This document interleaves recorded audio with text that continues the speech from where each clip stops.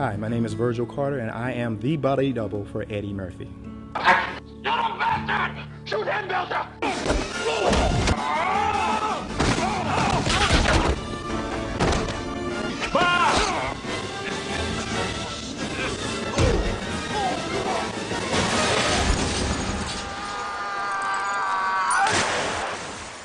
I am a body double for the world famous Eddie Murphy.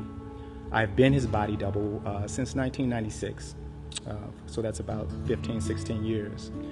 A body double is someone primarily that's used in the movie business in place of a star for long distance shots, things that the star does not need to do because it's not a close-up.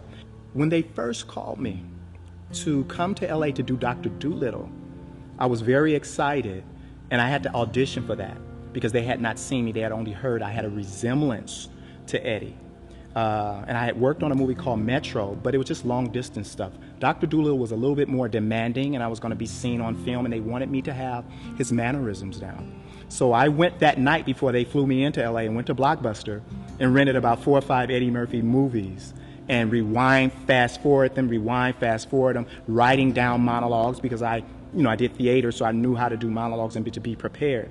So I went over all his dialogues, practicing his mannerism. Eddie has certain mannerisms and things that he does, And I went over it the same way he went over characters when he was on Saturday Night Live, just getting people down, Jesse Jackson, James Brown, or whatever. So it became my responsibility to get his mannerisms down, his walk, his talk, and everything about Eddie. So I mastered it. Take it easy now. At night, no less, to come to rescue you. Let me tell you something. Oh, drinking, I give it up.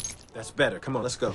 Buddy Love was the hardest. Buddy Love always had this thing with, no, hey, Sharon, what was saying this must include Virgil Carter's a celebrity stuntman and double to Eddie Murphy.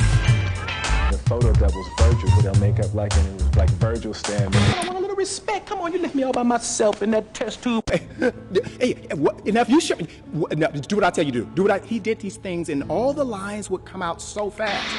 Hey, let's just have a meal together. Why you leave? Wait, hey, what you want me to beg you? I get down on my knees, I beg you in front of all these people. I think I care. These people are watching. I'm sorry. I want the world to know that I was late. Mama Clump. I would have to actually have the words and the sound so that I can give the other character, whether that be Eddie or another actor, the same energy. Then you had Granny Clump. Come on over here, Cletus. It's still Virgil, eh? Then, of course, you had Sherman Clump, which was actually fun for me because, of course, to me, he was more like the star. It was like in the throw. Buddy Love, Buddy Love, what do you want here? He has on the makeup and everything, but it's still Virgil, eh?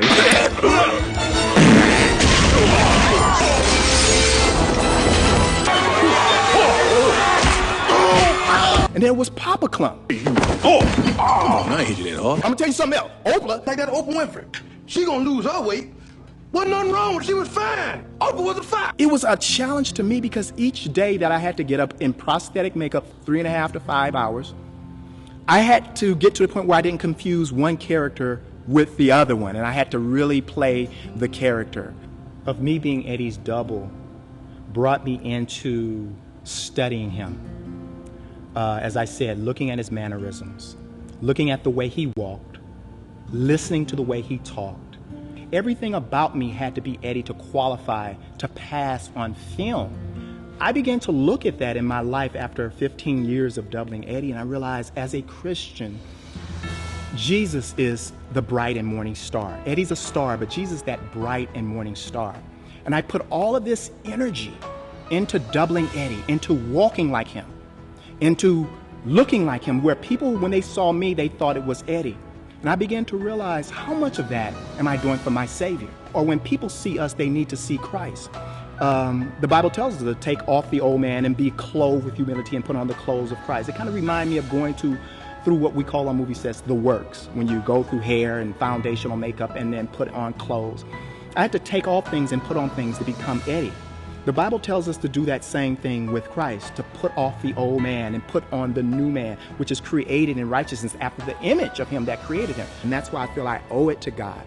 When Pastor Jeremy, I thank him for this opportunity to be able to speak. When he asked me to do this, he's like, will you mind sharing your testimony? That's what it's for. God placed me in this business to share these stories that he gave me with someone. So I start making that connection in my life to say, if I have studied Eddie that much, if I studied him, how about I study to show myself approved, a workman unto God? You know, a workman unto God that needeth not to be ashamed, rightly dividing the word of truth. How much do I watch Christ? How much do I study? How much do I put on Christ? How much do I walk as he walked? And one of the interesting things about it is when Peter was warming himself by the fire, one of the persons says, you sound like him. And I thought about that, and I'm thinking, a lot of people said, you know, Virgil, you sound like Eddie sometimes when you're not conscious of it and you just sound like him, because I've been around him so long. Peter denied that he knew Christ. And a lot of times we're around Christ, but what do we do when we get in public? Do we deny that we know him? Because we know we've been reading the Bible.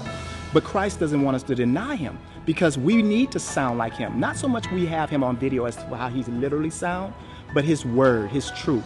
He said, my sheep heareth my voice and they know my voice. So I began to look at the relation between my years of doubling Eddie, and it was sort of like, I wouldn't say I felt guilty, but I kind of feel like when I get to the judgment throne of God, God is going to say, you put all that energy into your secular job. So I think that in doubling Eddie, it caused me, as I said, to look at my relationship to Christ and say, how much more for Jesus that we need to walk like him, talk like him, study him, and be a reflection of him in his absence, to where people say, you look like Jesus, you sound like Jesus, you wasn't trying to, it just comes out of us. So all the effort I put into doing and studying and really watching Eddie, I now put that all into Jesus so that he can look at me, being a reflection of himself in me.